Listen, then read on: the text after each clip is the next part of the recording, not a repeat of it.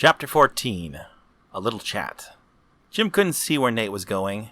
Just the sound of steps on the metal halls and some voices of various gang members in the distance.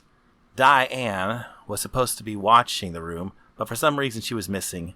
Maybe she got tired of always babysitting the fish tanks, as she would call them. Or maybe this was part of AZ's plan. That madman might have been expecting him. What was he even going to say? Jim didn't want to overthink it. He needed to be in the moment if he wanted to have any hope of success. The view of Nate's shirt wasn't helping. "Nate, please turn the tank around. I can't see," said Jim, though his sound was somewhat muffled by Nate's shirt. Nate stopped and slowly turned the tank around. Jim didn't know how heavy the neuro enclosure was, but it certainly was an armful for a small child. This was important, though. He needed to look AZ in the eye, or at least as much in the eye as he could from the small screen mounted on the outside of his case. Slowly the view shifted from the shirt to the hallway. And in that hallway, already walking towards Jim and Nate, was AZ. Frankie was beside him. One of the gang members Jim believed was called Shermine was standing between them, leaning lazily against the wall. He was smallish, pale, and mostly bald, except for a tiny tied ponytail of blonde hair coming straight out of the top of his head like a handle. The man noticed AZ and snapped to attention, trying his best not to look like he was wasting time. AZ walked by Shermine like he wasn't there. Frankie, though, turned for a second to snort at him like a large bull. The man instinctively covered his face from just the glance, then scurried off like a rodent. AZ was solely focused on Jim and Nate. "Hey, J-Star, did you ask the boy to take you out for a walk?" "I don't see a leash on that tank," said AZ with his crazy, toothy smile. AZ had a long, blood-red coat with a wool collar and no shirt underneath. On anyone else it might have looked absurd, but on AZ it seemed downright murderous. It made Jim wonder if it was colored red or recently drenched in blood. "AZ, I need to talk to you, if you have a moment," said Jim. He immediately regretted kowtowing. It was hard not to in the presence of someone who could kill you in any moment, and would enjoy doing it. Much to Jim's surprise, AZ continued to smile and said, "Sure, follow along. I was just heading for the restroom." Frankie looked at AZ with even more of a grimace than he normally had and said, "Do I have to come along for this? I got stuff to do." AZ stopped and turned to Frankie. "Spoil sport. You're going to miss out on my managerial skills." Frankie just grunted in disinterest. "Fine, go if you must," pouted AZ.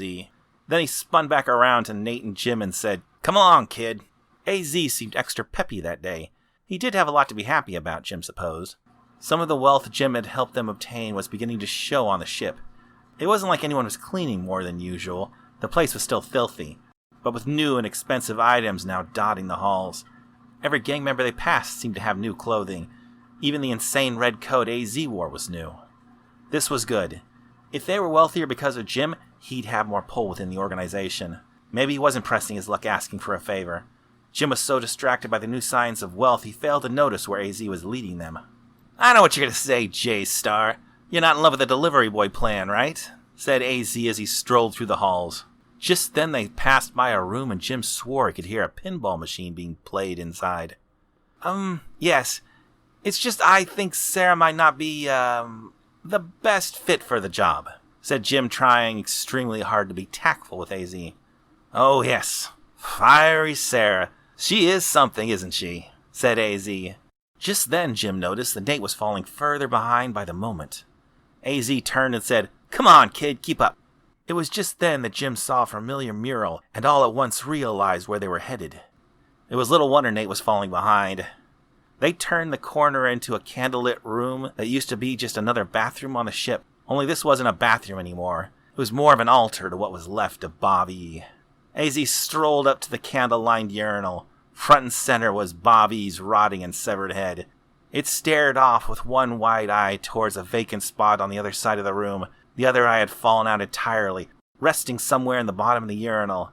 AZ unzipped his rock star leather pants and started peeing on the head.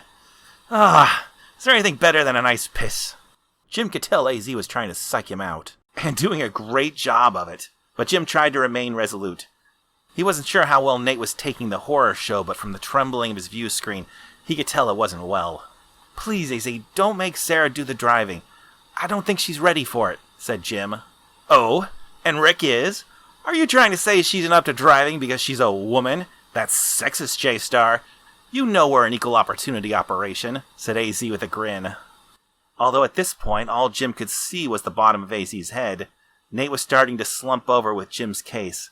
The sound of regurgitation echoed loudly in Jim's microphone, which was close to Nate's chest.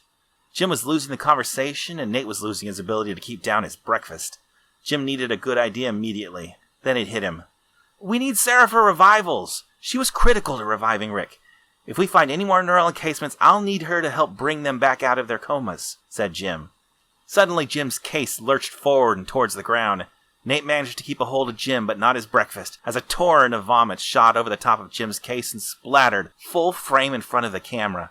Jim's view screen was filled with a high-definition view of everything Nate had eaten that day, splattered on the ground in front of him. "Aw, kid! How disrespectful to Bobby! You know that's his final resting place, or at least what we didn't throw off the side of the ship," said AZ with a chuckle. AZ leaned into view and took Jim's case from Nate. He plopped it down on a sink nearby and looked into the camera as he washed his hands. Out of view, Jim could hear Nate throw up again. "J-Star, your little friend's stomach is as weak as your argument. But I tell you what, I'll give her to you. The fair Sarah, as a gift. How would you like that, buddy? A little token of my good favor. Just remember, J-Star, the Lord giveth and the Lord taketh away. Don't make me regret it," said AZ as he finished drying his hands. With that, AZ spun out of view of Jim's camera and said, "Clean up the mess in here and get J-Star back to his office. All right, kid? Then get to work on Rick's ride. Boom Boy's itching to modify the car after you're done." As AC strolled off down the corridor, Jim said in a low tone, "Sorry, Nate. I didn't know he'd take us in here. I didn't want you to see that." "It's okay," gasped Nate as he struggled not to throw up for a third time. Jim couldn't even imagine how horribly it must have smelled in that bathroom. Nate then leaned into view and washed out his mouth in the sink. Watching the boy wash tears and vomit off his face only reinforced how terrible Jim felt about what was happening to Nate. Jim considered for a moment how much better Nate's life would have been if he'd never found Jim's case in that burnt-out building. "Nate, you don't have to stay with us. You could get out of here, far away from this nightmare. We'll be okay if you want to," started Jim. "Shut up, Jim," said Nate as he leaned over the sink, looking totally wasted. A single string of spit still connected Nate to the porcelain. He turned to Jim, his eyes red from throwing up. Or maybe not just from throwing up. Jim could see there was a burning determination there. Nate was clearly angry at even the suggestion of them parting ways. "I'm not leaving you or Sarah or even Rick. You understand, old man? I'm not going anywhere," said Nate angrily. Jim was stunned for a moment. There he went again, underestimating his young friend.